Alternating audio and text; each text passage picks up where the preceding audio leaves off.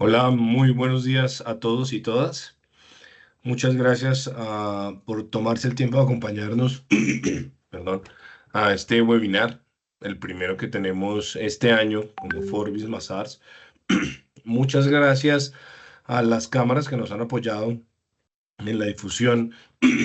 Perdón, un poquito de sonido afectado. Muchas gracias a las cámaras que nos han apoyado en la difusión y en la convocatoria a este evento. Muchas gracias a Invest Bogotá, a las compañías del Sistema B y a las diferentes cámaras a través de las cuales hemos hecho esta convocatoria.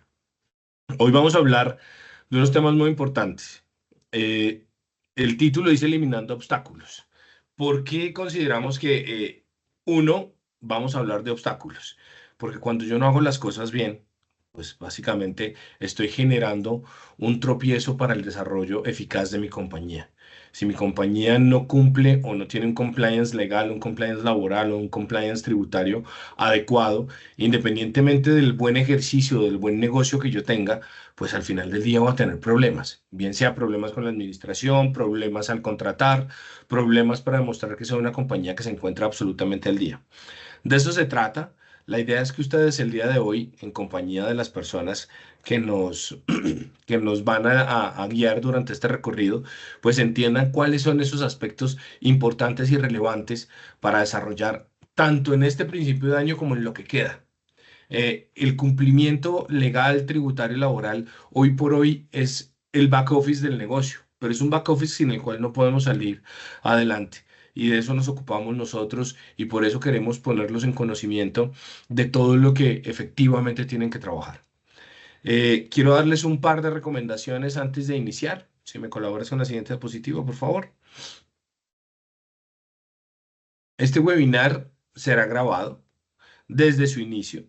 Lo que nosotros digamos en este evento no tiene ningún contenido político, es netamente técnico y desde la perspectiva académica. Así que no estamos ni favoreciendo ni contradiciendo ningún tipo de gobierno, ni local, ni nacional, ni internacional, ¿de acuerdo? En el transcurso del día recibirán las memorias de este evento, es decir, esta presentación junto con la grabación. Eh, si tienen algún tipo de dificultad técnica en lo que tiene que ver con el audio o con la imagen, por favor háganoslo saber por el chat y manténganse en línea. Seguramente ya todos estamos acostumbrados a este tipo de problemas.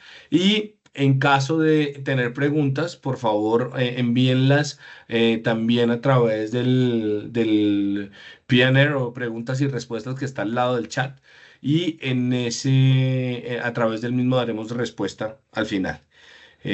Muchas gracias a todos. Le doy la palabra a Jenny Cabrera de Invest Bogotá que nos va a dar una breve introducción. Bueno, muy buenos días a todos. Muchas gracias por estar conectados en este espacio organizado por Forbes Mazars e Invest in Bogotá para brindar información clave y además muy importante que ayuda a resolver inquietudes sobre las principales obligaciones legales, laborales y tributarias que enfrentan las empresas en Colombia. Mi nombre es Jenny Cabrera, jefe de proyectos especiales en Invest in Bogotá, que es la entidad que facilita la llegada de inversión extranjera directa relevante en la ciudad y que adicionalmente ayuda a posicionar la ciudad para que ésta se convierta en un destino favorito para llevar a cabo eventos de clase mundial y de articular el ecosistema de emprendimiento de alto impacto, contribuyendo así al desarrollo socioeconómico, la competitividad y la calidad de vida de los habitantes en Bogotá región. Sabemos que comprender y gestionar estos temas legales de manera eficiente es fundamental para el crecimiento de sus negocios y que siempre están surgiendo muchas inquietudes que de pronto nos limitan ciertas acciones. Entonces es por esto que Invest in Bogotá también trabaja para apoyar a las empresas que han apostado por la ciudad como su centro de operaciones.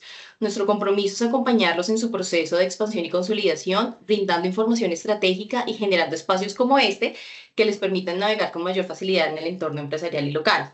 Y pues para esto les contamos que permanentemente estamos generando alianzas con actores estratégicos, en este caso con firmas como Forbes Mazars, que son fundamentales en el apoyo de toda esta información y pues que además cuenta con presencia en más de 100 países. Forbes Mazars se destaca por ofrecer soluciones integrales en auditoría, impuestos y consultoría, ayudando a empresas de todos los sectores a cumplir con sus obligaciones y optimizar su desempeño en el mercado colombiano.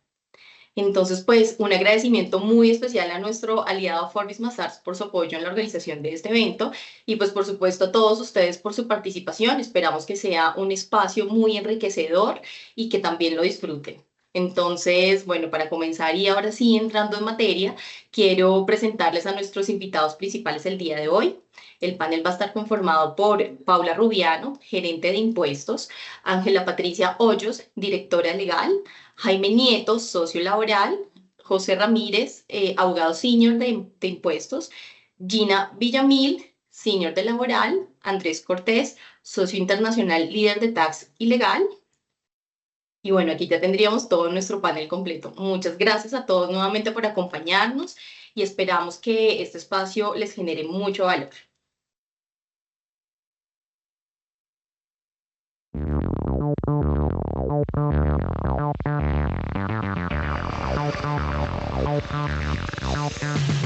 En el centro del continente americano está una ciudad única, enmarcada por montañas, cosmopolita y encantadora. Conectada con el mundo, puerta de entrada a Latinoamérica. Sí, les estoy hablando de Bogotá, la capital de Colombia. Hoy les quiero contar cómo nos hemos transformado, convirtiéndonos en un hub de desarrollo económico y empresarial. Bogotá es una ciudad donde confluyen los sueños de 11 millones de personas. Una población diversa y amigable que hacen de este destino un hogar acogedor para todos. Su fuerza laboral, compuesta por más de 6 millones de profesionales calificados y trabajadores, se destaca por su dedicación y talento de talla mundial. Muchos llegan para invertir porque saben que somos el nuevo centro de negocios del continente y la capital del emprendimiento del país. Es que en los últimos años hemos recibido más de 1.800 empresas extranjeras globales, como Scotiabank, Globant, H&M, Amazon, IKEA y Medtronic, entre otras, que con sus capacidades y tecnologías generan empleo de calidad, logrando que la economía, el turismo y capital humano no paren de crecer. Bogotá se destaca como sede de eventos internacionales gracias a su amplia infraestructura moderna, flexible y modular. Cuenta con el primer distrito integrado de ferias, eventos y convenciones de Latinoamérica. Y a Bogotá no solo se viene a hacer negocios, también se viene a disfrutar de nuestra cultura, gastronomía y calidez humana. Restaurantes de talla mundial. La mejor fiesta. Grandes festivales. Conciertos. Y una oferta cultural sin parar.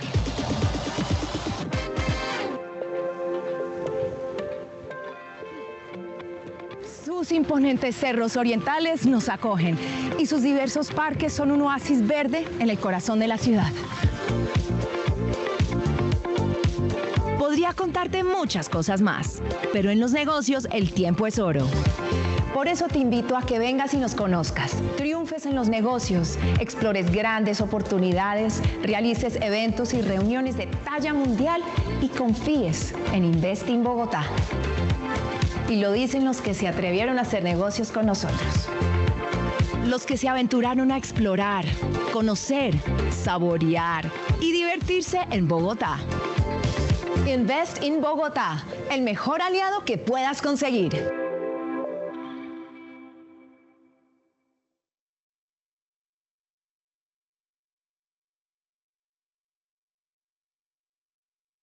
Hola, buenos días a todos, mucho gusto. Yo soy 4 de Paola julio de Rubiano. 2012. Los científicos del CERN anuncian que han detectado...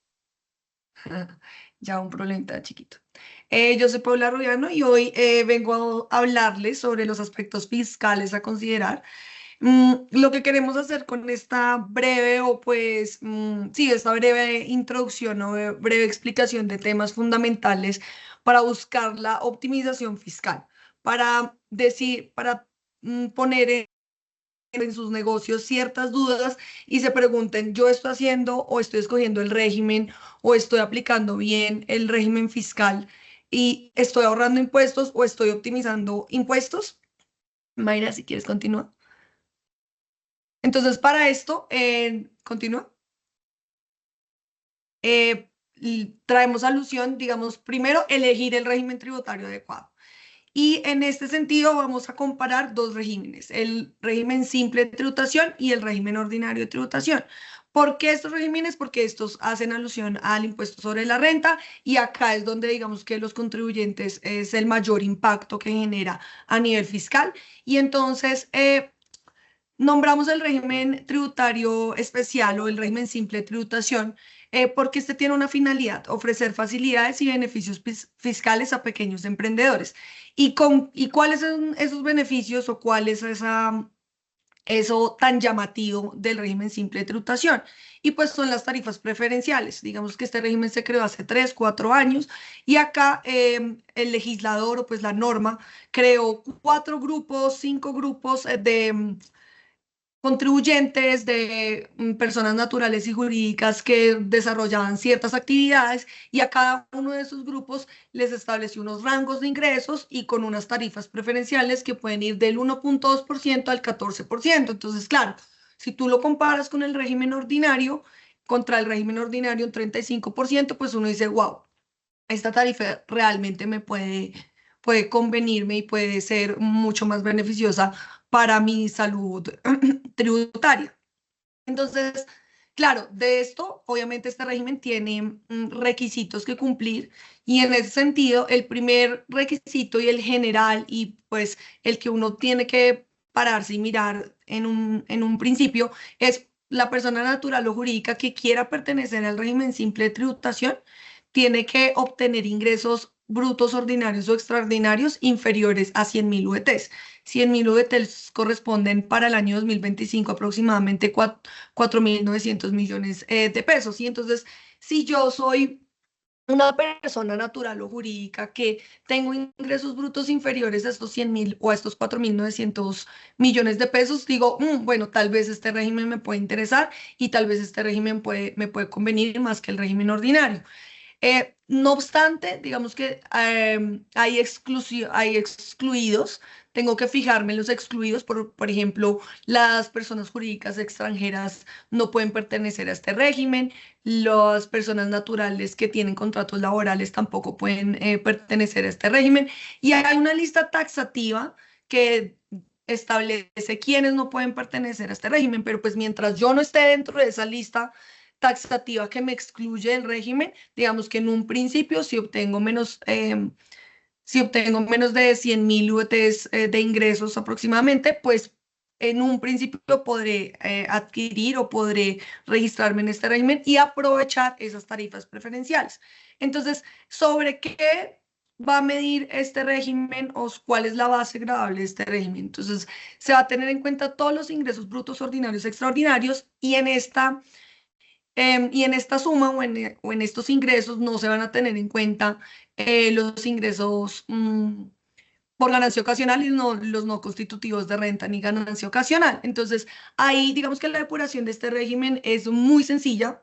Tengo mis ingresos menos los ingresos no constitutivos de renta ni ganancia ocasional y me dan que estos son, digamos, los pagos a seguridad social. Y ahí después me concede dos tipos de descuento que tengo que escoger entre uno u otro, que es el 0.5% de los pagos recibidos a través de tarjetas débito o crédito o el GMF que haya efectivamente pagado. Tengo que escoger alguno de esos dos. Descuento alguno de esos dos y ya me da la base para aplicar la tarifa en la que yo vaya o en la que yo esté. Digamos que hay rangos por ingresos y hay tarifas respecto de esos rangos. Entonces me puede salir una tarifa del 3%, del 7%, del 8%. Todas son graduales y depende del grupo en el que me ubique. Entonces, ¿cuáles son los beneficios? Entonces acá, pues la tarifa. Pero entonces, en un principio, para que lo tengan en cuenta, bueno, si yo estoy menos de 100 VTs, si gano menos de 100 VTs al año, listo, este régimen puede ser súper conveniente para mí. Y acá hay otro punto para tener en cuenta, para preguntárselo, digamos que esto es una semilla para que ustedes se lo pregunten y lo evalúen internamente como persona natural e incluso como persona jurídica, que este régimen no incluye costos y gastos. Si vieron en la depuración que yo hice, pues no tuve en cuenta los costos y gastos de la operación. Y entonces no hay inconvenientes respecto al rechazo de costos y gastos a la hora de presentar mi renta. Y en ese sentido, el segundo punto que yo tengo que tener en cuenta es, bueno, mi negocio, mi operación incluye o pues per se trae consigo muchos costos y gastos relacionados. Si la respuesta es sí, pues tal vez sí no me conviene tanto este régimen porque pues este régimen no tiene en cuenta el costo y el gasto y entonces eso no me depura y no me resta de mi ingreso bruto. Pero si mi operación no tiene tanto costo y gasto relacionado, pues tal vez sí me conviene considerablemente porque voy a aplicar una tarifa muy pequeña sobre una base más grande. Entonces, digamos que acá sí es muy importante ese comparativo para que ustedes resalten y se den cuenta qué régimen me conviene más, si el ordinario o si el régimen simple de tributación. Y el tercer punto para que tengan en cuenta para este régimen simple de tributación es las inscripciones de este régimen se cierran, o sea, son limitadas en cuanto a temporalidad y solamente tenemos hasta el 28 de febrero para inscribirnos en el régimen. Entonces, digamos que una vez uno haga ese análisis, pues decido si ingreso, pues si me registro o no me registro en el régimen simple de tributación.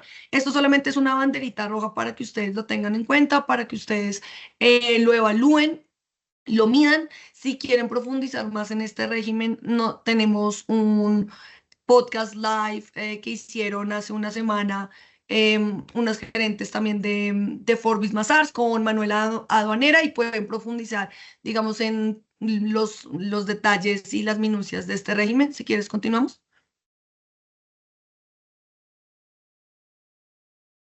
No, siguiente. Siguiente. Y la siguiente. Y entonces acá les queremos mostrar un comparativo.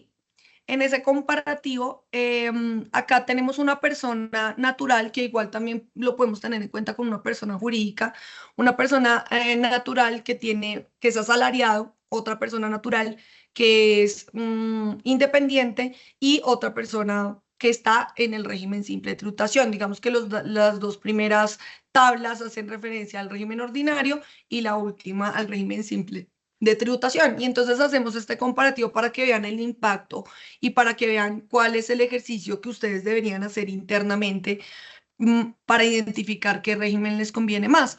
Y entonces en esta primera, esa persona natural asalariado deduce y pues digamos que se toma todas las deducciones y las rentas exentas que tiene derecho y pues hasta el límite, y acá con unos ingresos anuales de 1.500 millones aproximadamente, termina pagando un impuesto de 498 millones de pesos. Pasamos al segundo cuadro y entonces acá es una persona independiente, es decir, no tiene un contrato laboral. Esta persona independiente podría ser parte del régimen simple, mientras que esa primera persona no, porque al ser empleada, pues no es un excluido del régimen. Pero entonces en este segundo escenario, esta persona gana lo mismo, pero tiene, o pues igual, una compañía, ¿no? Una compañía tiene este nivel de ingresos y tiene 951 millones de costos y gastos, pero recuerden que esos costos y deducciones tienen que ser probados y requieren de cumplir con los requisitos de deducibilidad, de facturación y bueno, pues todos los requisitos para que efectivamente los costos y gastos puedan ser deducibles. Y entonces en este caso, digamos, esta persona tenía la opción y tenía los soportes y cumplía con los requisitos, y entonces su impuesto de renta sobre ese mismo ingreso, sobre esa misma base de ingreso, pues resultó siendo mucho menor, inferior a ese asalariado, que es 158 millones. Y ahora vamos al régimen simple de tributación. Supongamos que esa misma persona, el recuadro 2, no tiene soportes o no, su operación no tiene todos esos costos y gastos. Es decir, solamente tal vez paga empleados, pero más allá de eso no tiene costos y gastos mayores relacionados a su actividad. Y entonces en ese sentido se depura los ingresos no constitutivos de renta ni ganancia ocasional, salud y pensión. y se descuenta el pago electrónico, que fue el que escogió respecto al de o es GMF o el pago electrónico, y en este caso se escogió el pago electrónico, y acá comparamos y ponemos una tarifa general del 12%, o pues una tarifa, digamos, al azar, por decirlo así, y acá el efecto del impuesto de 168 millones. Entonces, si uno hace estas comparaciones versus una persona que tiene costos y gastos relacionados a una persona que no tiene costos y gastos asociados a su operación, pues entonces vemos el beneficio del régimen simple versus también el beneficio del régimen ordinario o viceversa, porque quien tiene costos y gastos relacionados, como en esa tabla 2, pues digamos que igual el impacto tributario va a ser menor que como si estuviera en el régimen simple de tributación. Y entonces digamos que ese es el mensaje que les queremos mandar, o pues que les queremos sembrar, para que ustedes evalúen muy bien en qué régimen. Hay muchos regímenes tributarios, pero digamos que el simple es el que puede abordar y acaparar más las compañías, las emprendedoras, las compañías que están pues que son nuevas en el mercado, y que esto podría, digamos, que traerle muchos beneficios a todos ustedes. Una vez más, les compartimos el enlace donde pueden profundizar el tema del régimen simple. Esto solamente fue un abrebocas. Obviamente hacen falta muchos más detalles, pero tengan en cuenta ingresos inferiores a 100.000 UETs, tengo costos o gastos relacionados o no, y pues la fecha de cierre e inscripción a este régimen. Si quieres, continuo. Esto era respecto al impuesto sobre la renta. Si quieres, pasa, por favor. Ahora vamos con el impuesto sobre las ventas. Y entonces acá aterrizamos a uno de los principales errores, o pues, sí, los errores más comunes en este impuesto, y es la clasificación de los bienes y servicios que ofrecemos. Si nosotros no tenemos claro cuál es el tratamiento del bien o del servicio que yo ofrezco o que me ofrecen, puedo cometer errores en el IVA. Y es que entonces acá la clasificación es excluidos, exentos, no gravados y gravados. Los gravados pues claramente causan el impuesto: venta de bienes, prestación de servicios, importaciones, ventas de juegos, de juegos de azar, y así digamos que los hechos generadores del IVA. Tenemos diferentes tarifas: 19%, 5%. Pero respecto a los no gravados, excluidos y exentos, pues se cometen errores, ¿sí? Entonces, principalmente entre el excluido y el exento. Entonces, ¿qué significan los excluidos y exentos? Entonces, el legislador respecto a los excluidos son actos que configuran el impuesto, que causan el impuesto, pero que por una disposición del legislador, por una disposición de la norma, por una disposición macroeconómica, territorial, o sea, por diferentes decisiones o pues situaciones, el legislador decidió que estos bienes o servicios no iban a estar grabados con el impuesto. No están grabados, excluidos, no están grabados. Mientras que los exentos están, digamos que causan el impuesto, y el legislador dice, bueno, sí, estos sí van a estar grabados, pero tienen tarifa cero. Entonces, sí hay una gran diferencia entre excluidos y exentos. Unos no están grabados y los otros tienen una tarifa cero del impuesto sobre las ventas. Y entonces acá llega un punto muy importante, que es el descontable, que es esa acumulación de IVA por pagos no relacionados, y es cuando yo voy a generar mi producto, voy a realizar, pues a hacer mi producto, el zapato que yo voy a vender, la ropa, o bueno, en lo que yo me vaya a dedicar, o mi servicio. Yo tengo proveedores y yo le pago, yo necesito insumos. Cuando yo le pago a esos proveedores, yo también pago IVA a esos proveedores. Y entonces ese IVA que yo pago, pues ¿cómo lo recupero? Ese es el IVA, el famoso IVA llamado descontable.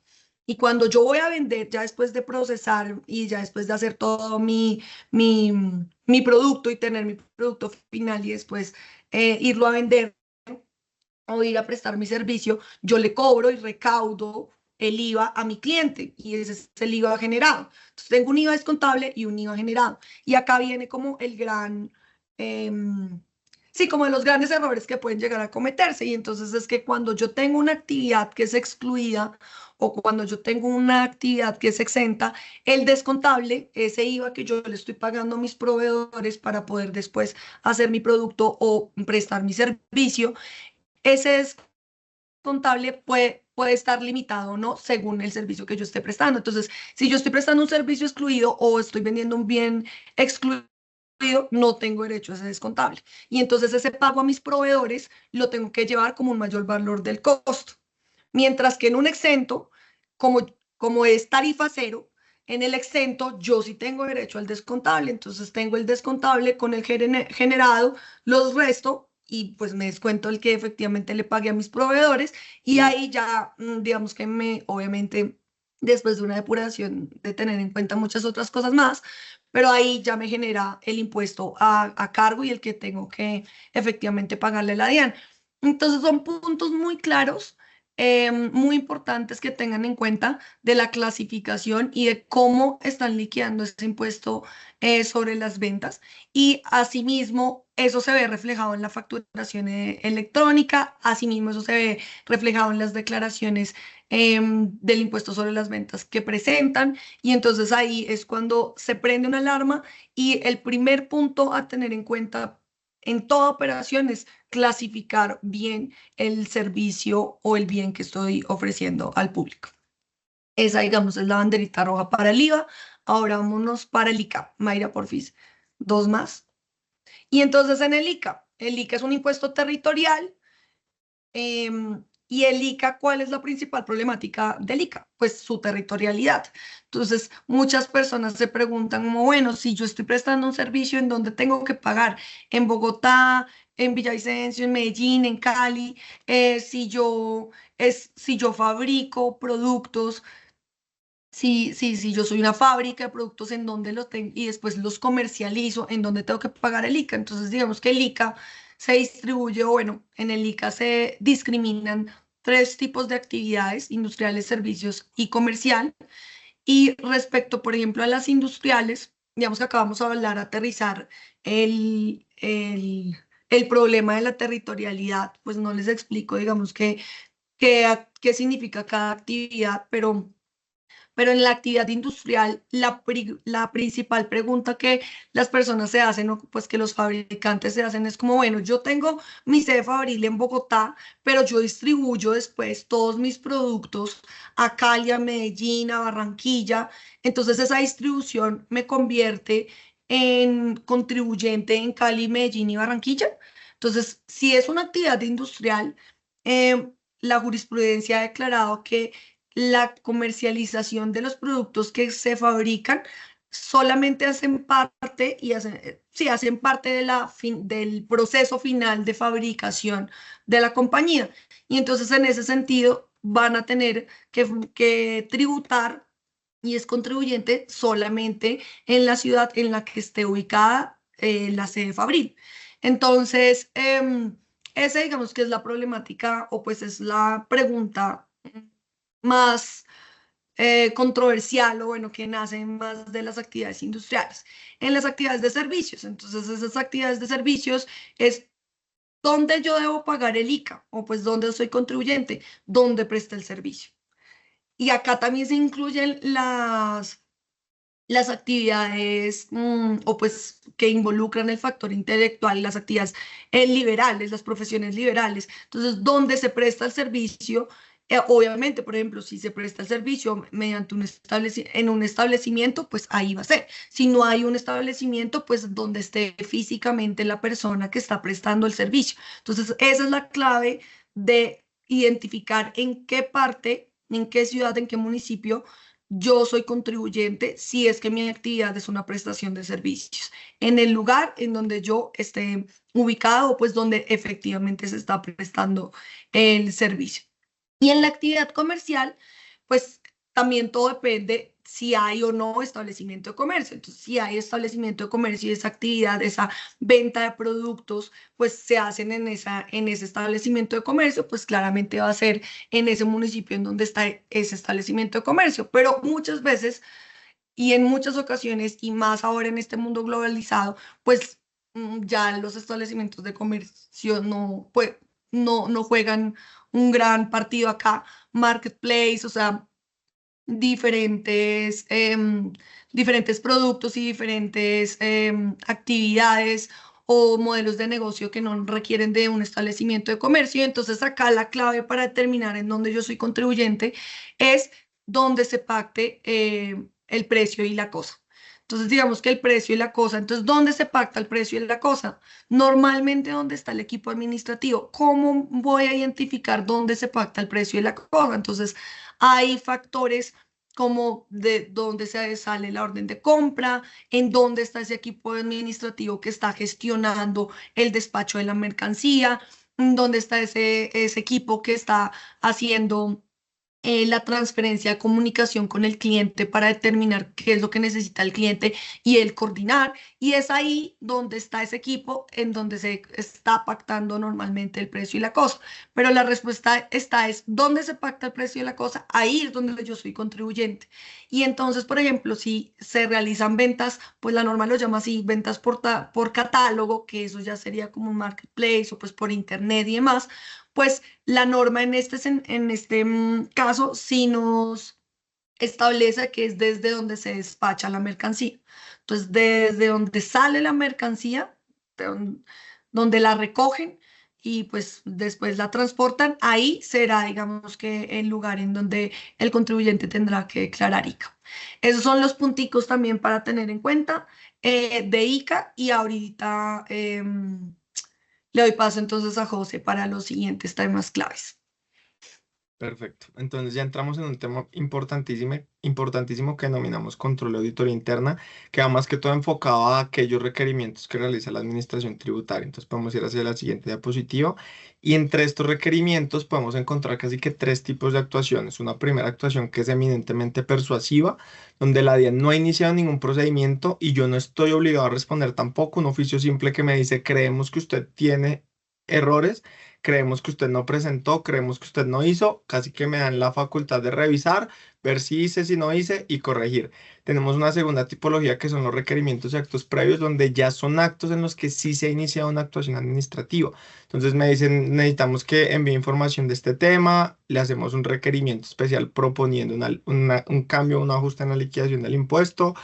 Les notificamos un pliego de cargos donde proponemos una sanción. Entonces estos actos ya empiezan a tener cierta relevancia, no son de obligatoria contestación, pero sí implican ya el inicio de un procedimiento administrativo, salvo los requerimientos de información que sí son obligatorios de contestar, porque pues eso tiene sanciones asociadas. Y finalmente tenemos actos con consecuencias jurídicas, que son estos actos en los que ya se define la sanción o se define la liquidación oficial del impuesto por parte de la DIAN. Estos actos son extremadamente importantes porque si yo no controvierto estos actos con consecuencias jurídicas, son actos que quedarían en firme. Entonces resulta que a mí me dijeron declaró mal renta, no dije nada. Luego llega el acto previo, el requerimiento especial, declaró mal renta, no dije nada. Luego llega el acto definitivo que me dice declaró mal renta, no dije nada, quedó el acto en firme. Resulta que sí había declarado bien, pero al no haber controvertido estos actos, quedan las actuaciones en firme y las liquidaciones de la administración tributaria en firme. Entonces acá la importancia de entender estos actos, entender en qué etapa estoy y entender si el acto en el que estoy puede tener una etapa siguiente, puede ser recurrible, puede ser cuestionado, o si efectivamente estoy en presencia de un acto que ya se encuentra en firme. Respecto a estas situaciones, pues vamos a destacar tres procedimientos por los que pasaremos muy rápidamente. Vamos a ir a la siguiente diapositiva, por favor, que el primer procedimiento es el procedimiento de determinación oficial. El procedimiento de determinación oficial está asociado a la liquidación de un impuesto determinado. Entonces, acá es donde llega la administración tributaria, puede ser nacional o territorial, y me dice usted declaró mal y tiene errores, tiene inexactitudes, corrija. Este acto empieza con un requerimiento especial que es el acto previo. Se tienen 3 meses para responder.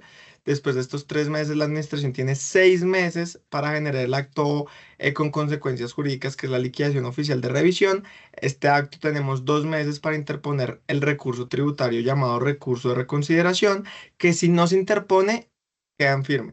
Si se llega a interponer, pues ya entra toda una discusión en la cual la administración tendrá 1 año para responder. Si no responde en ese año, pues entiende fallado a favor del contribuyente. Y tras esa resolución que resuelve el recurso, pues se tendrán 4 meses para interponer demanda. Este procedimiento, la administración tiene 3 años para iniciarlo. Vamos a la siguiente diapositiva, por favor. Tenemos ahora el procedimiento sancionatorio, que el procedimiento sancionatorio no está vinculado a la liquidación de impuestos, sino más que todo a actuaciones. Entonces son aquellos actos en los que emití facturas sin requisitos, no envié información, la envié con errores y demás. Entonces la administración tiene 2 años para iniciar este proceso. 2 años vinculados a contados a partir del vencimiento de la declaración de renta en la cual ocurrió la infracción. Empieza con un pliego de cargos, que es el acto previo. Tenemos un mes para responder. Después de ese mes, la administración tiene 6 meses para generar una resolución sanción, que es el acto definitivo. Tengo 2 meses para el recurso de reconsideración, que reitero, si no lo interpongo en esos 2 meses, queda en firme el acto y la sanción. Y la administración tiene un año para responder. Tras ese año, pues tendremos 4 meses para demandar. Vamos a la siguiente, por favor. Y finalmente, pues tenemos el procedimiento de aforo, que es el procedimiento que se desata cuando yo no presento una declaración tributaria. Entonces me dicen, no, es que usted superó los topes para declarar renta y no declaró. Entonces, ¿qué hace la administración? Genera un acto previo que se llama emplazamiento para declarar, que no es más que una invitación para que declare y cumpla con la obligación que no se cumplió. Tengo un mes para responder diciendo, listo, declaro o no declaro. Posteriormente, la administración abre su procedimiento en 2 vías. Una vía generando una liquidación oficial de aforo en la cual diga cuál era el impuesto que yo tenía que pagar, y una segunda vía es abriéndose una resolución sanción donde me dicen le impongo una sanción por no haber declarado. Este procedimiento se tiene que adelantar por la administración dentro de un término de 5 años contados a partir del vencimiento del plazo para la declaración, pero en esencia pues viene a ser muy similar a los anteriores. Tenemos 2 meses para recurrir a esos actos definitivos, resolución, sanción o liquidación oficial, un año la administración para responder y 4 meses para demandar. Vamos a la siguiente diapositiva, por favor. Entonces, habiendo ya validado estos temas de procedimiento y entendido qué actos pues son relevantes, qué actos no, qué actos tengo que responder, con cuáles tengo que tener más cuidado, pues vamos a entrar también en un punto que es bastante álgido y es el tema de facturación electrónica. Vamos a la siguiente, por favor. Y entonces, más que entrar a facturación electrónica, vamos a entrar a una problemática interesante que hemos evidenciado sobre todo en los últimos meses, que son los eventos asociados a la facturación electrónica cuando hay operaciones de plazo. Entonces, lo que dice la norma tributaria es que cuando yo sea una persona natural o persona jurídica que esté realizando operaciones a plazo y estas se facturan electrónicamente, para yo poder imputar estos valores como costo, gasto o inclusive impuestos descontables, pues yo tengo que cumplir con ciertos requisitos que son acreditar el acuse de recibo de la factura electrónica y confirmar la prestación del servicio o el recibido del bien. Si yo no acredito estos 2 puntos, la administración puede entrar a desconocerme el costo, gasto o el impuesto descontable. Entonces acá en esta diapositiva tenemos pues el desarrollo normativo. Tenemos en un principio el artículo 616-1 del Estatuto Tributario, donde se implementó por primera vez pues este requisito de confirmar estos 2 eventos: acuse de recibo de la factura y confirmación de prestación del servicio o recepción del bien. Resolución 85, donde se reglamentó por parte de la DIAN pues el procedimiento que se tenía que adelantar. El concepto unificado 106 de la DIAN, donde precisó algo muy importante, y es que la norma decía solo aplican operaciones de crédito. Entonces le preguntaron, y si no es de crédito, pues no tengo que confirmar estos 2 eventos, únicamente los tengo que confirmar en operaciones de crédito. Y hay conceptos de la DIAN que, saliéndose de lo que ha hecho la norma y la resolución, pues están diciendo que el acuse de recibido de las facturas y la confirmación de recibido de los bienes y servicios tienen que hacerse antes de la presentación de la declaración de IVA para que constituyan como impuesto descontable. Claramente esto no lo ha dicho la norma, es un requisito que está imponiendo la DIAN vía doctrina, pero pues es importante que todos tengamos en mente que esto está ocurriendo, ¿listo? Y para recapitular, pues tenemos en cuenta que son 2 los eventos que nos interesan y que todos debemos cumplir, que son acreditar el acuse de recibo de la factura y confirmar la prestación del servicio o el recibo del bien. Ya hay eventos posteriores, que es la aceptación de la factura electrónica, pues que todos hemos escuchado, pero esta aceptación de la factura tiene que ver es más para eventos de factoring. Entonces, si yo quiero que mi factura sea soporte de costos, gastos, impuestos descontables, lo importante es acreditar el acuse de recibo de la factura y confirmar la recepción del servicio o del bien. Vamos a la siguiente diapositiva, por favor.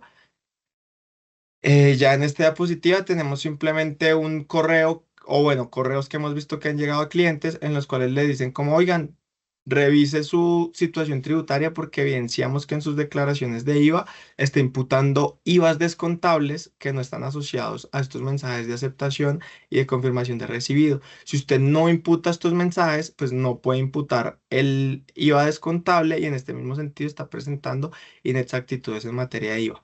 O sea, estamos viendo que es un tema que está siendo bastante importante, entonces para que por favor todos tengamos en cuenta, hagamos la parametrización necesaria y le demos la importancia que esto tiene porque la administración tributaria pues está bien pegada a estos temas recientemente. Entonces, vamos a la siguiente diapositiva, por favor.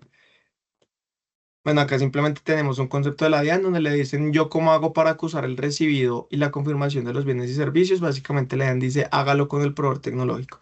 El proveedor tecnológico le tiene que dar esta alternativa. Entonces siempre que yo quiera cumplir con estos mensajes, pues tengo que hacerlo habilitándome bien sea en la DIAN o con un proveedor tecnológico privado. Vamos a la siguiente diapositiva, por favor, ya para terminar el tema tributario, pues entramos a un punto por el que pasaremos muy rápidamente, que se llama planeación tributaria estratégica, donde veremos alternativas sencillas para ingresar dinero a la sociedad y para extraer el dinero a la sociedad también.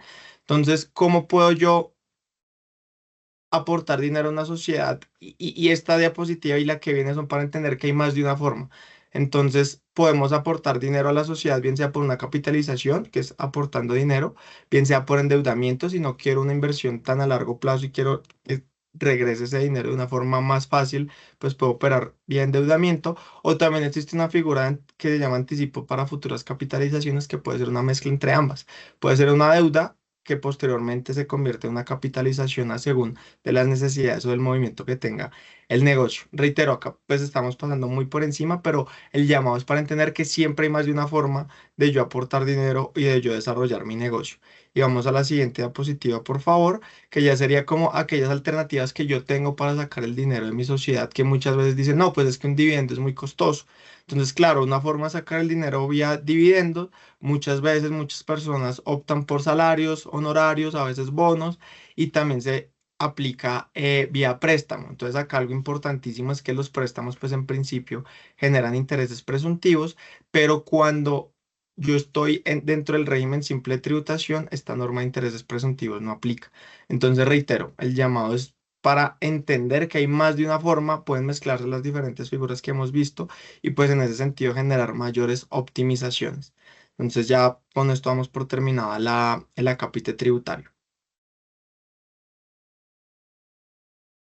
Vale, y acá queríamos ofrecerles un exclusivo paquete de consultoría. Si quieres continuar, Mayra.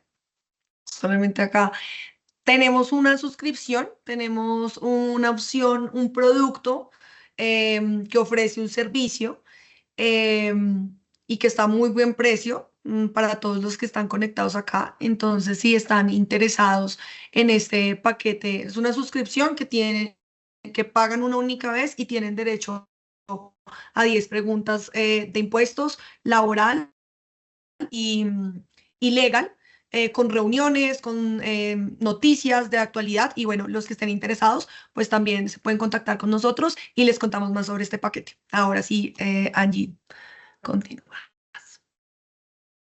Gracias, Paula. Bueno, el interés nuestro en este acápite de obligaciones corporativas para el 2025 es dar algunas recomendaciones prácticas a ustedes para que puedan dar oportuno cumplimiento pues, a estas obligaciones que vamos a relacionar adelante. Aleja, avancemos. Listo. Trataré de ir de lo general a lo particular. Estas son obligaciones que en principio están planteadas para todos los tipos societarios. En principio es la celebración de la reunión ordinaria del máximo órgano social, llámese asamblea de accionistas, junta de socios.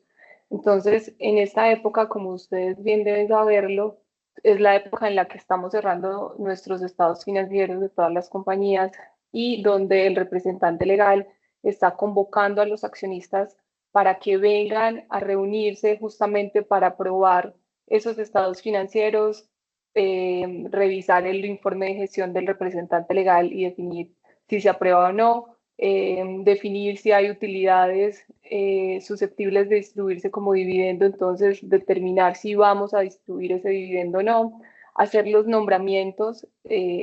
Más adelante vamos a mirar que justamente con los estados financieros, con cierre al año inmediatamente anterior, pues yo me doy cuenta si estoy en la obligación de tener revisor fiscal o no. Entonces tendré que determinar si voy a hacer un nombramiento de revisor fiscal, entre otros, miembros de junta directiva, si quiero cambiar el representante legal, etcétera.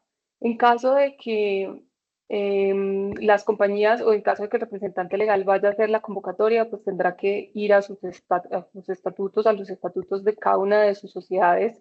En ese documento de constitución debe estar seguramente la forma en que se tiene que convocar, cuándo se tiene que convocar, las circunstancias en que se tiene que dar esa convocatoria. Entonces, la invitación es a que revisen ese documento. Si no lo tienen, pueden sacarle copia al documento de constitución y sus reformas en la Cámara de Comercio. Muchas veces el actual administrador o los actuales contadores o el actual equipo que está trabajando, pues no fue el que estuvo en el momento de la constitución de la sociedad. Entonces, puede ser que no tengan esos documentos a la mano, pero los pueden solicitar directamente a la Cámara de Comercio con el NID de la compañía. Ellos les dan copia simple y con eso ya ustedes pueden tener un panorama más general de esos estatutos que rigen a la compañía.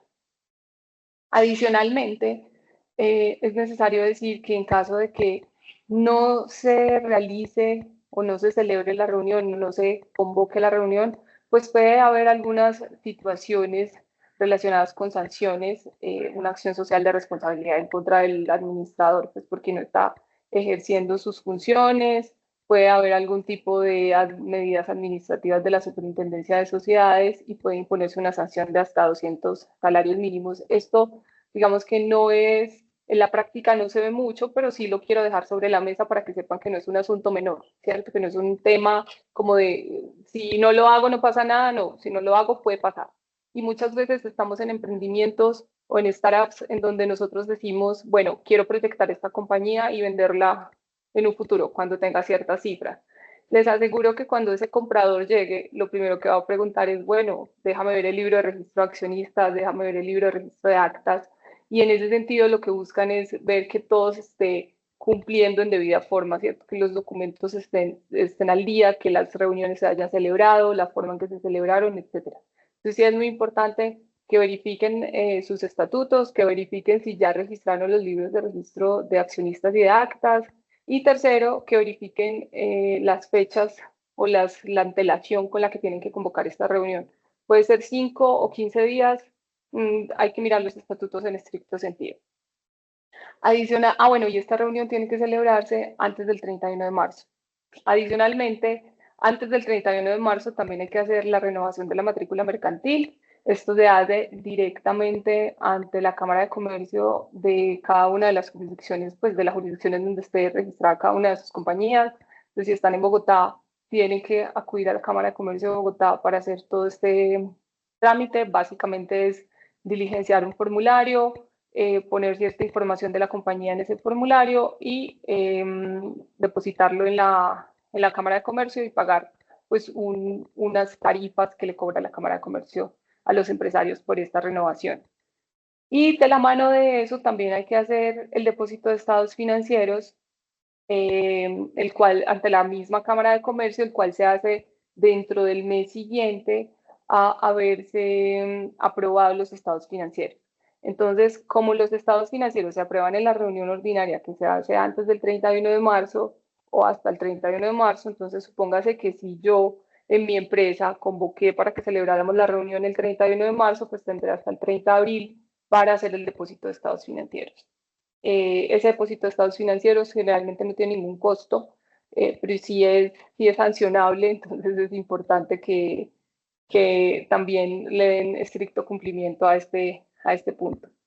Puedes avanzar, por favor, Aleja. Dentro del informe de gestión del representante legal, que es uno de los puntos que se tiene que abordar en la reunión ordinaria del máximo órgano social, hay un asunto puntual que es la presentación del informe de gestión de ese representante legal, que debe incluir el análisis general de la noción de la hipótesis de negocio en marcha, entre otros aspectos pues, que tiene que tener este informe. En este punto le voy a dar la palabra a Andrés Cortés para que nos explique un poco sobre este tema de la hipótesis de negocio en marcha, algunos indicadores que hay por cumplir y cómo se debe hacer el análisis desde el punto de vista financiero. No sé si Andrés esté por ahí. Aquí ando. Muchas Sí. gracias, Ángela. La hipótesis de negocio en marcha es uno de los elementos que se introdujo más o menos desde el año 2019 para acá, reemplazando, más no eliminando, pero sí reemplazando un concepto muy genérico que teníamos y era la disolución por pérdidas. En esa época nosotros teníamos que analizar si las pérdidas que había generado la compañía llevaba a la situación patrimonial de la compañía a cierto estatus en el cual el patrimonio final terminaba siendo menos del capital social. Si esas eran las circunstancias, teníamos la posibilidad de salir a resarcir esa situación o de mejorar esa situación. ¿Cuál es el problema?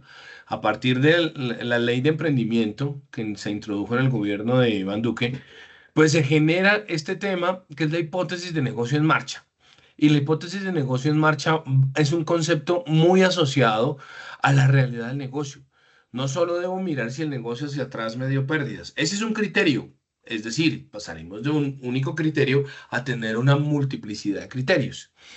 Ya vamos a hablar de ellos, pero lo importante es, esto es un deber de los administradores y los administradores deben advertirlo. Deben decir, oiga, qué pena, señores accionistas. En la Asamblea General de Accionistas quiero manifestarles que tal vez cumplimos o no cumplimos la hipótesis de negocio en marcha. ¿Y esto qué es? Oiga, que el negocio es viable. No nos enredemos con otro tema. Independientemente si estamos en años difíciles, si la economía está dura, independientemente si es tiempo para invertir, si efectivamente tomamos decisiones erradas desde cierto punto de vista, lo que sí es claro es que nosotros deberíamos saber cómo va el negocio como representantes legales y decirle y poner en conocimiento de los accionistas esta situación.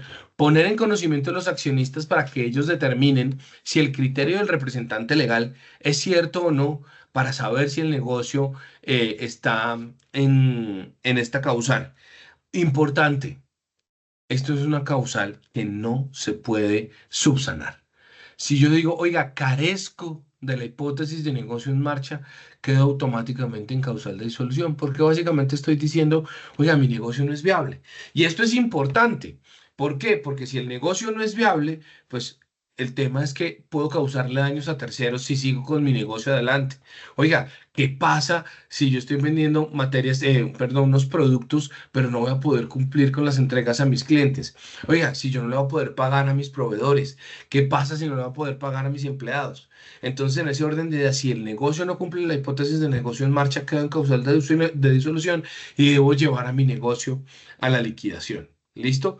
Esto lo ha reiterado la superintendencia de múltiples maneras y el asunto de no advertir la existencia o mejor, la ausencia de la hipótesis de negocio en marcha es que el representante legal y los accionistas de la compañía se vuelven solidariamente responsables por los daños que le puedan causar a los terceros. Entonces, cuidado con este tema. Siguiente diapositiva, por favor.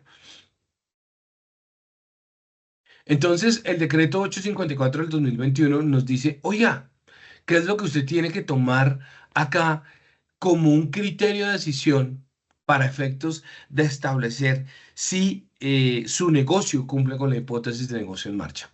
Pues, hombre, mire si usted tiene una posición patrimonial negativa, es decir, si su patrimonio está por debajo de cero. Si su patrimonio es cero, podría tener razón, es decir, ojo, esto no quiere decir que esto ya me pone en la hipótesis, pero pudiera tener la necesidad de observar si tengo circunstancias que justifiquen la posición patrimonial negativa. ¿Listo? Pérdidas consecutivas en 2 periodos de cierre o en varios periodos mensuales, es decir, un detrimento patrimonial. ¿Qué es lo que está pasando acá? ¿Puedo justificar por qué tuvo ese detrimento? No, es que es el periodo de inversión, es el periodo de exploración, es el periodo de construcción. Ah, bueno, entonces sí lo puedo justificar. Pero si voy acumulando el primero y el segundo, tal vez yo aquí tenga ciertos problemas. Capital de trabajo neto sobre deudas a corto plazo. Oiga, un momentico, usted va a poder cubrir sus pasivos corrientes, usted va a poder cubrir sus deudas corrientes, va a poder con el ingreso pagar sus salarios, pagar la materia prima, pagar las instalaciones. Es decir, su negocio sigue siendo viable. ¿Y cuánto tiempo tengo que extender esto? Tengo que extenderlo 12 meses. Oiga, y si usted está en riesgo de insolvencia, podríamos tener un escenario un poco más grave. ¿Por qué? Porque usted puede estar entrando en un escenario que no es tan favorable y poniendo en riesgo a muchos de sus proveedores porque no va a poder pagarles. Siguiente diapositiva. Yo creo que ahí Ahí te terminaba dejo. lo de hipótesis. Gracias, Andrés. Bueno, retomando estas obligaciones de las compañías, pues tenemos una que es bastante particular y que muchos, de hecho, pasan por alto, y es la inscripción de las páginas web en el registro mercantil. Entonces, si tenemos páginas a través de las cuales vendemos servicios o vendemos productos, si tenemos una página donde hacemos reservas, si tenemos una página por medio de la cual hacemos pago, incluso si remite a los WhatsApps donde tenemos como una especie de marketplace. Todo esto, todas estas páginas deberían ser registradas o inscritas en el registro mercantil. El plazo para registrar estas páginas es casi que inmediato, y la sanción puede ser de hasta 17 salarios mínimos. Otra obligación es el Registro Nacional de Turismo para las compañías que se dediquen al tema de turismo y que tengan el RNT. Entonces, los prestadores de servicios turísticos deben realizar la renovación anualmente, y se tiene que hacer por cada inmueble, agencia o establecimiento de comercio que se encuentre inscrito. Entonces, se tiene que hacer al 31 de marzo de este año. Y el hecho de que no lo hagan implicaría la suspensión del RNT, y para la reactivación tendría que pagar una sanción que está en unidades de valor básico, que eso más o menos para este año está en 1.200.000 pesos. Ahí les dejé el valor al Fondo Nacional de Turismo. Y pues obviamente estas compañías no podrían operar sin su Registro Nacional de Turismo. Avancemos, por favor. Otro registro que se tiene que renovar es el Registro Único de Proponentes para quienes están haciendo contratación con el Estado. Acá es muy importante tener en cuenta que si yo no hago la renovación en el plazo que se ha otorgado, que es el 5º día hábil de abril, que este año queda para el 7 de abril, si yo no hago eso, la sanción de eso es que se suspende o cesa los efectos el RUP, y yo tengo que hacer el proceso nuevamente como si fuera la primera vez que me fuera a inscribir.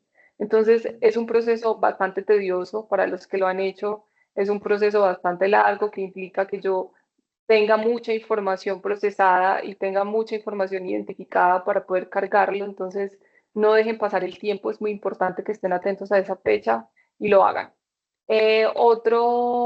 Otra situación que hay que verificar de la mano de los estados financieros es la obligación, es verificar si están obligados o no a tener o a nombrar un revisor fiscal.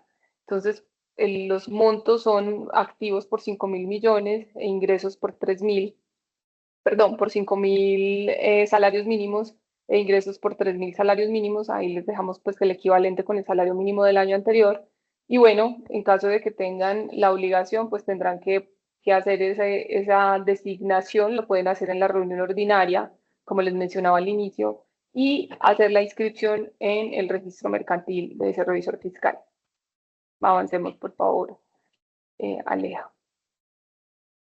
También de la mano de los estados financieros, pues yo tendré que ir a mirar si tengo activos o ingresos superiores a 30.000 salarios para determinar si estoy sometido a la vigilancia de la Superintendencia de Sociedades.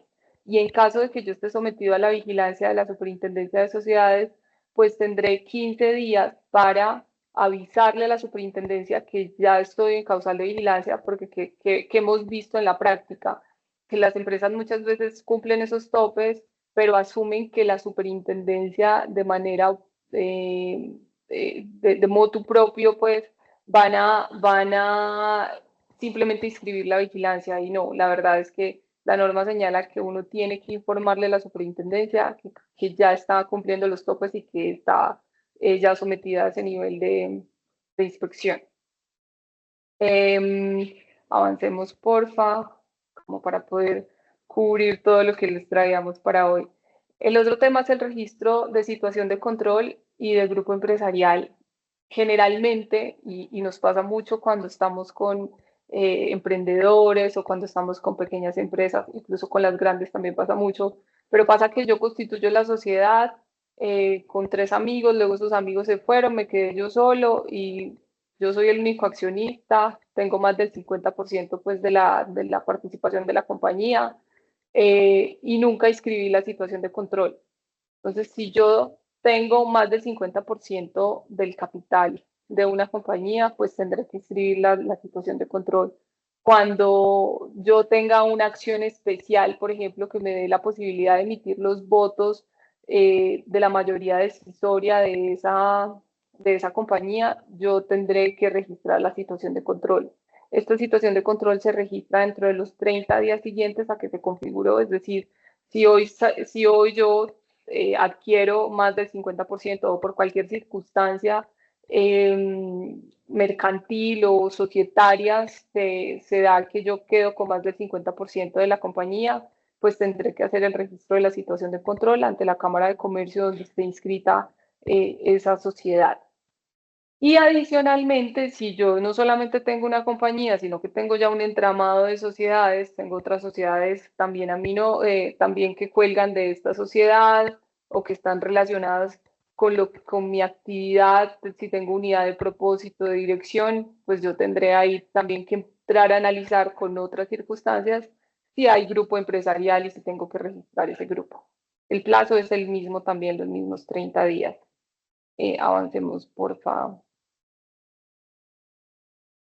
Y bueno, voy a pasar rápidamente por acá mencionándoles que hay otras obligaciones ya mucho más específicas. Si ustedes vieron, pues venimos de lo general hacia temas más particulares que con base en los estados financieros del periodo inmediatamente anterior, yo tengo que entrar a revisar si soy vigilada por la superintendencia y si soy vigilada por la superintendencia, por ejemplo, tendría que determinar si tengo que implementar el sistema de gestión de lavado de activos y financiación del terrorismo, que básicamente está establecido para compañías que se encuentren bajo la vigilancia y control de la superintendencia de sociedades y que tengan ingresos o activos superiores a 40.000 salarios mínimos.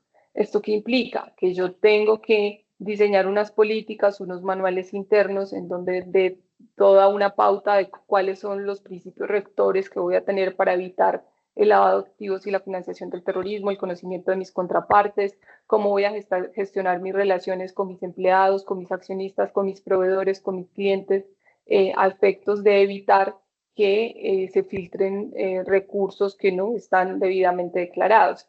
Y para eso hay unos plazos, tanto para implementar la política como para avisarle a la Superintendencia de Sociedades. Acá les he dejado algunos sectores, pues no nos vamos a detener como en cada uno de ellos por temas de tiempo, pero es importante que hagan esa validación.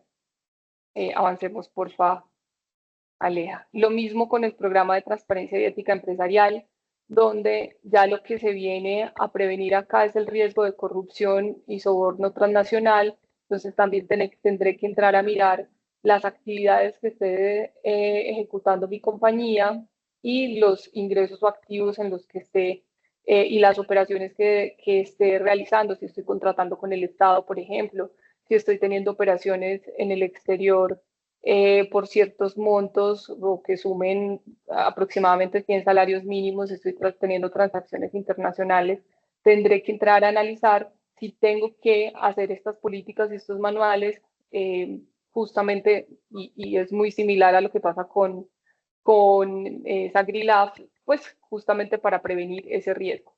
En ambos casos, tanto en Sagrilaf como en PTE, pues esto se trata de manuales que tienen que estar muy bien regulados en la compañía y que tiene que haber una persona que haga toda la gestión para el cumplimiento de esos manuales. Si quieres avancemos, Aleja. Y bueno, aquí hay unos informes que hay que presentar. Si yo estoy bajo la vigilancia de la Superintendencia de Sociedades, tendré que presentar el informe 42. que va, digamos, respecto de lo que ha pasado el año pasado, y hay unos plazos establecidos pues para ello, de acuerdo con el NIP. Avancemos como para alcanzar a contarles todo esto. Y bueno, lo mismo pasa con Sagrilab y IPTE. Hay unos informes que hay que presentar, les mencionaba ahorita, y para eso es necesario que verifiquemos con el NID de la compañía qué fechas tendrían para presentar estos informes. Y ya el último asunto que tenemos por acá, si quieres baja, Aleja, es el tema de protección de datos. Básicamente lo que tenemos que hacer acá es revisar si tenemos que hacer el Registro Nacional de Bases de Datos ante la Superintendencia de Industria y Comercio. Acá lo que tenemos que ver es si nuestra compañía tiene activos por valor de 100.000 VTs, que es aproximadamente de 4.700 millones.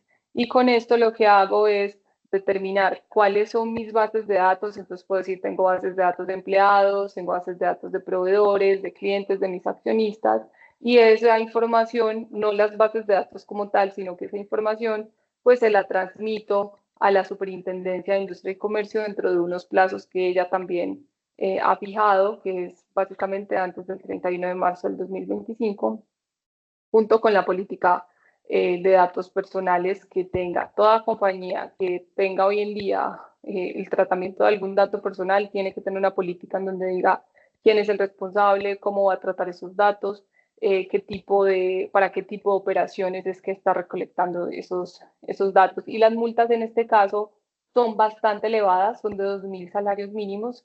Entonces es un riesgo que es importante que ustedes no corran.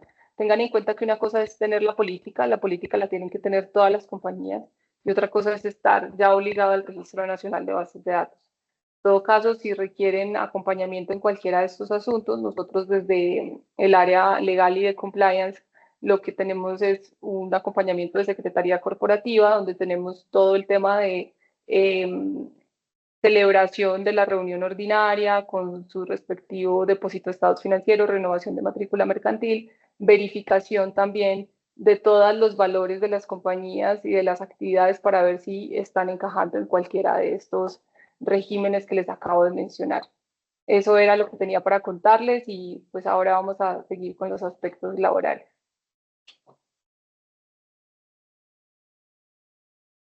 Bueno, gracias Ángela, y gracias a todos los expositores, gracias a Invest por esta colaboración y a todo el equipo que hace posible este espacio. Yo soy Jaime Nieto, socio laboral, migratorio y de Global Mobility aquí en Colombia, y estoy pues muy complacido de poderlos acompañar. Vamos a ser muy breves en esta última fase. Queremos ser lo más sencillos en nuestra explicación, y que sea lo más fácil de digerir para nuestros visitantes y público en general. Bien, este es un poco los temarios que vamos a abordar. Y en términos de lo primero y en una breve introducción, obviamente el derecho laboral en general, pues digamos que podemos ser en esto muy prácticos, y es que tenemos dos perspectivas desde donde las tendríamos que analizar: desde la perspectiva pues empresarial, y de los obstáculos que puede ser para los empresarios en general la legislación en materia laboral, y de otra parte lo que corresponde pues a las obligaciones, derechos y garantías de las que gozan los trabajadores, y en la que las empresas pues por supuesto se ven involucradas. De tal suerte que con lo que tenemos hoy en día en nuestra legislación, voy a tratar de ser preciso con lo que hoy en día está, o vamos a tratar de ser precisos junto con la doctora Gina, que me acompaña el día de hoy para exponer sobre esos aspectos, que es una de nuestras abogadas seniors del equipo, sobre lo que hoy tenemos vigente y sobre lo que sabemos también que pues vendrá en camino con todo lo que es la reforma laboral, el camino de la reforma pensional, que está ya, digamos que en ejecución. Es una norma, digamos, dentro del contexto de nuestro entorno jurídico, pero que algunos de ustedes quizá lo sepan, se trata de una norma que se encuentra con varias demandas en este momento en curso y que la Corte Constitucional está estudiando para saber si debe o no este trámite ser, esta ley, continuar como siendo ley de la República por unos vicios en su procedimiento y al momento de su proferimiento. Bueno, siguiente diapositiva.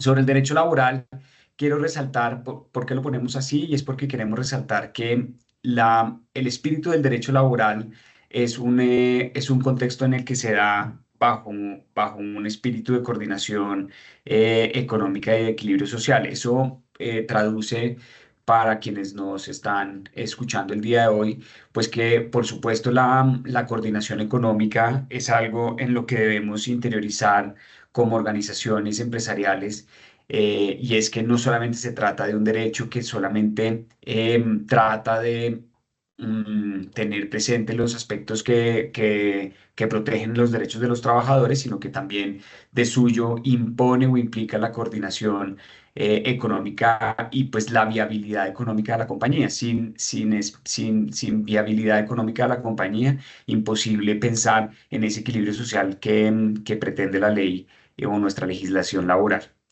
Siguiente diapositiva.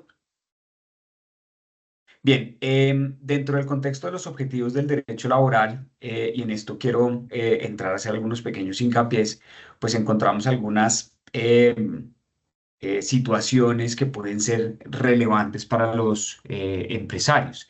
En particular, el equilibrio de la relación laboral, que es uno de los aspectos más, quizá más delicados y más sensibles de las obligaciones en materia laboral, y es cómo encontramos una manera en la que nuestras retribuciones respecto del contexto de los trabajadores supongan un valor que en ellos represente equilibrio respecto del trabajo que les es asignado. Entonces, ese es un punto a tener en consideración dentro de nuestros esquemas de compensación como compañía.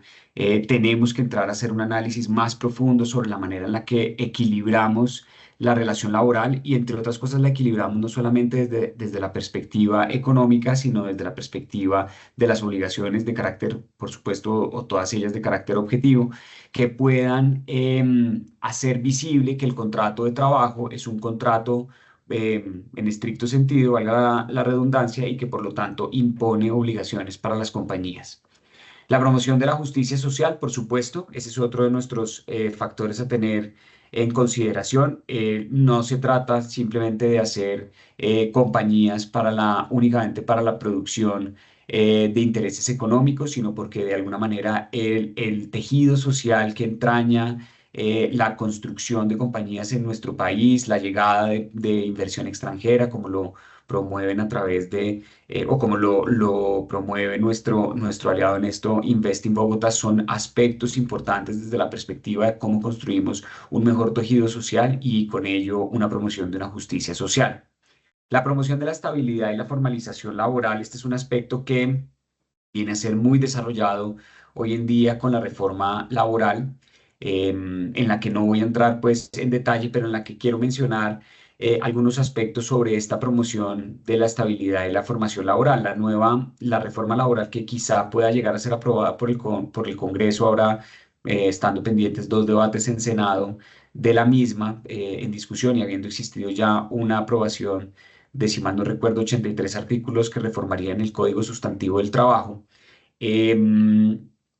supone que haya un aspecto muy importante desde la interiorización de la estabilidad en el empleo, y con base en eso desarrollar un principio constitucional que es sobre precisamente la estabilidad en las relaciones de trabajo.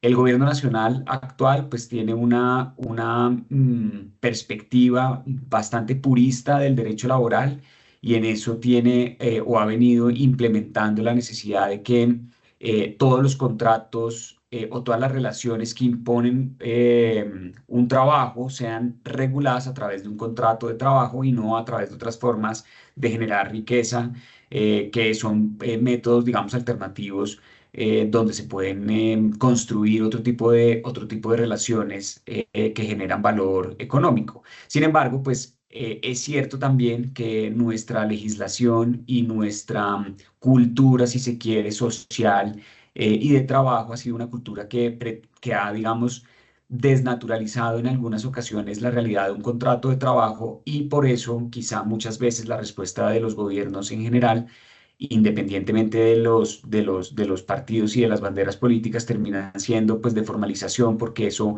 digamos, regula una actividad desde la perspectiva de empleabilidad y desde cifras que pues terminan siendo de interés nacional. Sobre condiciones de seguridad y salud en el trabajo, pues ese es otro tema que es obviamente un objetivo del derecho laboral. Sabemos bien que, digamos que con la creación desde hace muchos años de los subsistemas, tanto en riesgos laborales, perdón, en riesgos de salud, en riesgos pensionales y de ARL, estos pretendieron que se pudiera trasladar en cabeza de un tercero las responsabilidades que pudieran ser de responsabilidad, valga la redundancia, del empleador de manera directa.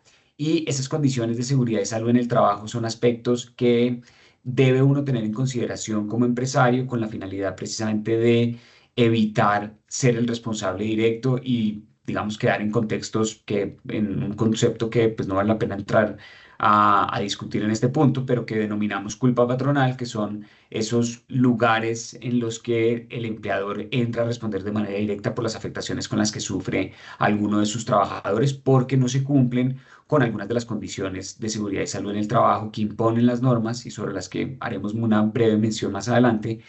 Y que implican precisamente pues el cumplimiento del compliance laboral, como lo mencionaba Andrés al inicio. Sobre los aspectos de negociación colectiva, pues ese es un concepto nuevamente todavía muy purista de cómo se hacen acuerdos colectivos que pudieran ser llamativos para las personas que no necesariamente haciendo parte de una organización sindical, a pesar de que la negociación colectiva propiamente dicha es solamente con organizaciones sindicales, pero lo hemos denominado como un objetivo del derecho laboral y es que a la mesa se puedan sentar empleadores y trabajadores con la finalidad de celebrar acuerdos que tengan un alcance colectivo sin que necesariamente se hagan a través de estructuras de organizaciones sindicales, no por un proceso de desindicalización, sino porque realmente eso suponga la posibilidad de llegar a acuerdos globales y generales dentro de la compañía. Y los incentivos a la capacitación y al desarrollo profesional, creo que eso es una bandera que no deben omitir todos los interesados en la construcción de este tejido social a los que hablamos, y es que precisamente se trata de un aspecto muy importante, el que las personas puedan estar debidamente capacitadas para el cumplimiento de los roles para los que son asignados. Siguiente, porfa. En esto no me voy a detener, básicamente quiero simplemente mencionar que hay distintas fuentes del derecho del trabajo, únicamente no es el Código Sustantivo del Trabajo.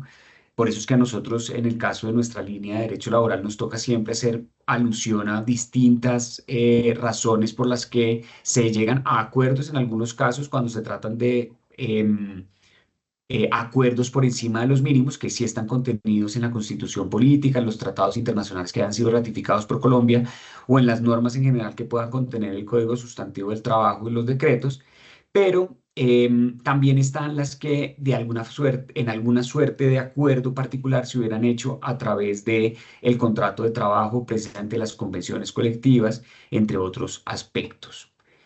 Siguiente, por favor.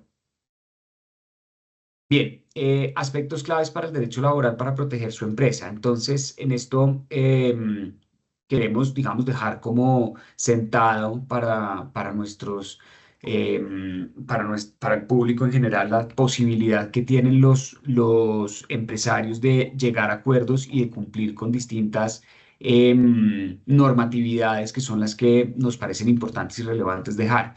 De un lado, las relaciones de trabajo y los tipos de contrato de trabajo, sobre lo que avanzaré más adelante, las condiciones de seguridad y salud en el trabajo, que ya lo habíamos mencionado, el reglamento interno de trabajo, por supuesto, como una política general en la que muchas veces las personas o los empleadores, en general las compañías, no se detienen a hacer un reglamento interno de trabajo que realmente se compadezca con la actividad que desarrolla la compañía en particular, sino que se circunscriben al diligenciamiento prácticamente de un formato pro forma que pueden encontrar muchas veces en la misma red y que no permite que se interioricen las reglas de juego que son las que contiene, perdón, el reglamento interno de trabajo, y que tienen que ser en muchos casos unos mínimos cuando se corresponden con obligatoriedades que la norma ha previsto para el efecto.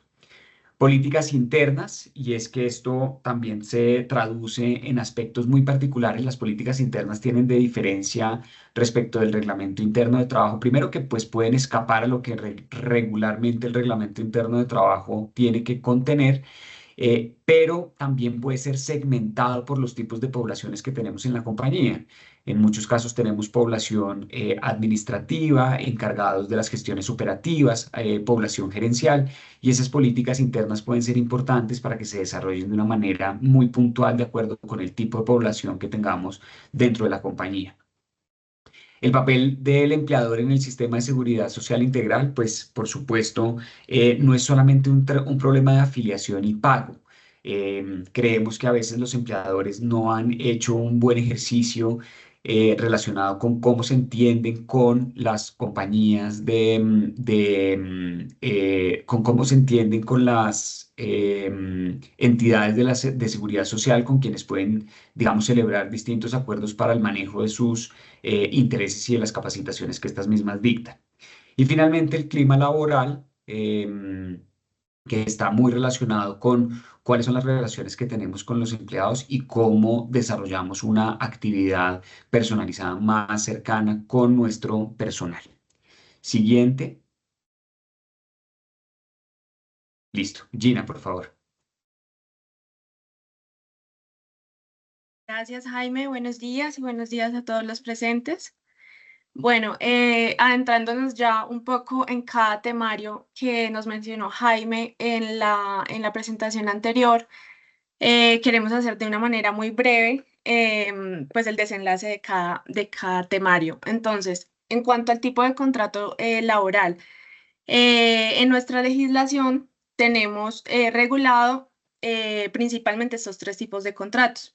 El contrato a término indefinido, pues como su nombre lo indica, es un contrato que no tiene una fecha específica de terminación. Los contratos a término fijo, en contraposición, pues sí tienen una fecha de terminación o de duración definida. Los contratos por duración de la obra o labor son unos contratos que se utilizan de manera muy específica cuando se trata de un proyecto que tiene un lapso de duración, por lo tanto, pues se va a necesitar un contrato específico para este tipo de vinculación del personal.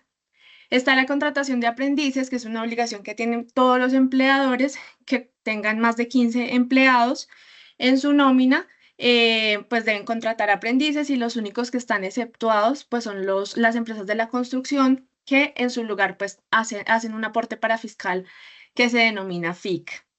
Esto a grandes rasgos. Mayra, ¿me colaboras con la otra diapositiva? Gracias. Bueno, con respecto a las condiciones de trabajo, salud y seguridad, ya Jaime nos hizo un adelanto de qué es el sistema de gestión de seguridad y salud en el trabajo.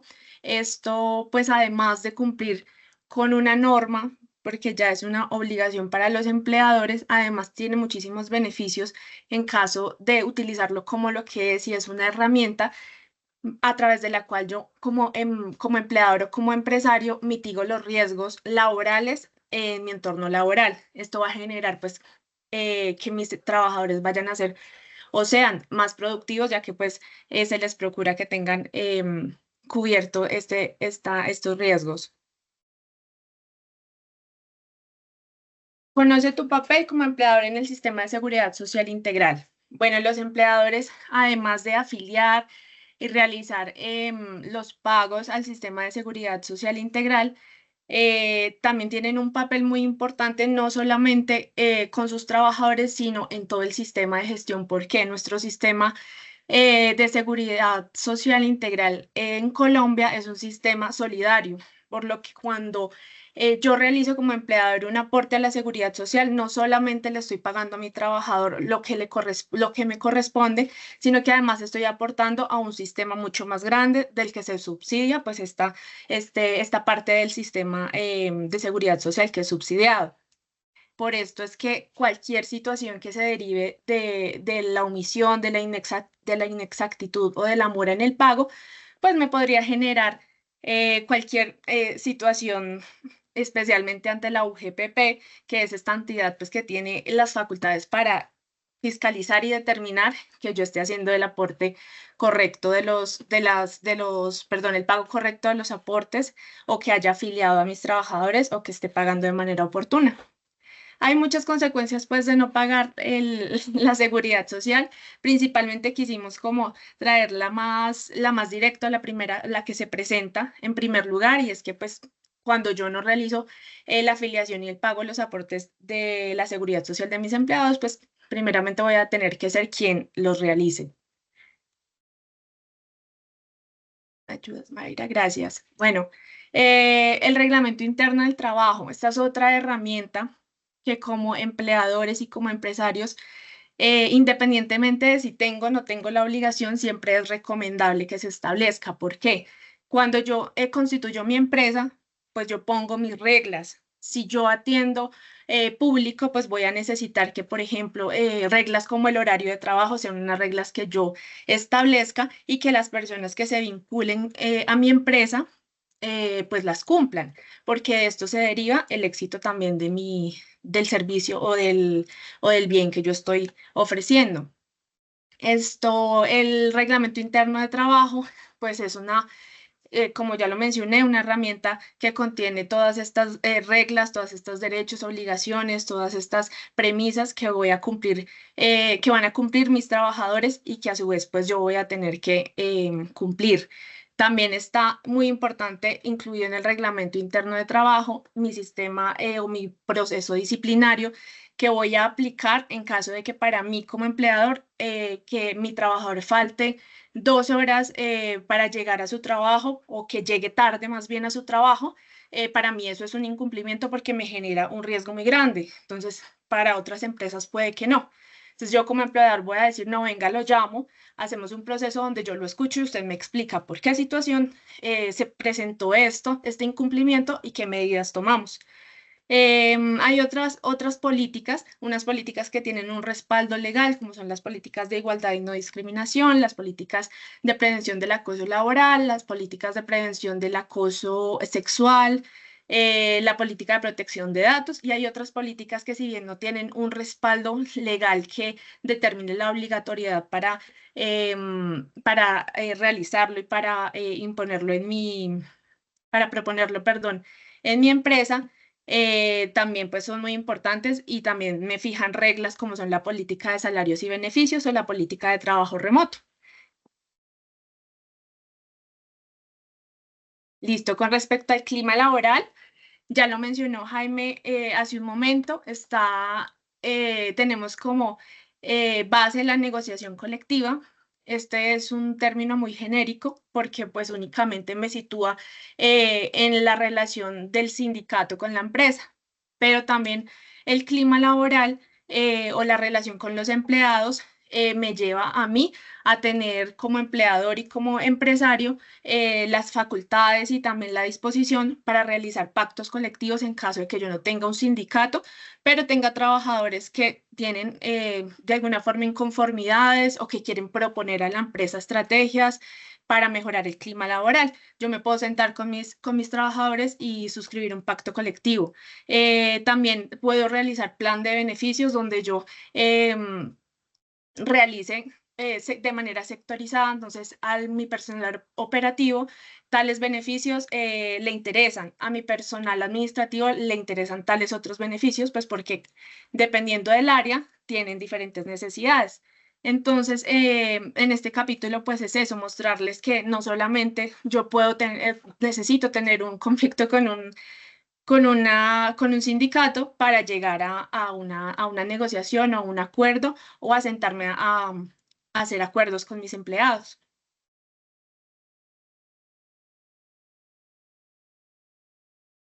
Listo, bueno, para finalizar, el derecho laboral pues es dinámico, se adapta a todo el tipo de industrias, como se muestra pues acá en la diapositiva. No voy de pronto a irme a cada sector, simplemente es indicar que de acuerdo con cada situación específica que se presente en cada sector, el derecho laboral se adapta y el derecho laboral puede servir como una herramienta para modular y regular todas estas relaciones laborales que pues son muy importantes para el éxito y la estabilidad de cualquier empresa. Muchas gracias por su atención. Gracias, Gina. En efecto, entonces para finalizar esta exposición, les rogamos nos excusen estos 5 minutos que nos tomamos de más entre todos, pues los beneficios que creemos que pueden funcionar para su empresa en términos de nuestra acompañamiento y asesoría laboral, pues son todos estos aspectos relacionados en general con el cumplimiento laboral, así lo hemos denominado de una manera más genérica, donde están todo, de por medio todas estas entidades, UGPP, Ministerio del Trabajo, incluso pues, riesgos de carácter judicial, como las que se presentan ante reclamaciones ante los jueces del trabajo, pero donde quisiéramos tener un derecho laboral preventivo que en el marco del cumplimiento de estas obligaciones a través de procesos de capacitación más certeros que empalmen mejor con su compañía, pues puedan recibir de parte de nosotros un acompañamiento pues integral. Muchas gracias por el espacio. No sé, Paula, si quieras cerrar con alguna cosa en particular. No, solamente recordarles una vez más lo de el paquete y el producto que tenemos para ofrecerles hoy. Digamos que es un estilo de lanzamiento y por eso lo queríamos ofrecer el día de hoy. Para todos los que están conectados acá, para todos los que tengan las alianzas con las cámaras, con Invest Bogotá, con Bicor, con la Asociación de Emprendedores. Estamos muy conectados y tenemos toda la disposición de apoyarlos en esas consultas diarias, en esas dificultades del giro ordinario de los negocios, y por eso digamos que ofrecemos y creamos este producto en donde ustedes puedan tener una alternativa más viable, más económica, más directa y más eficiente. Entonces, pues nada, muchas gracias a todos y si tienen preguntas, pues ahí están nuestros contactos. Les dejamos también este flyer del producto para que también lo tengan en cuenta y gracias a todos por su asistencia.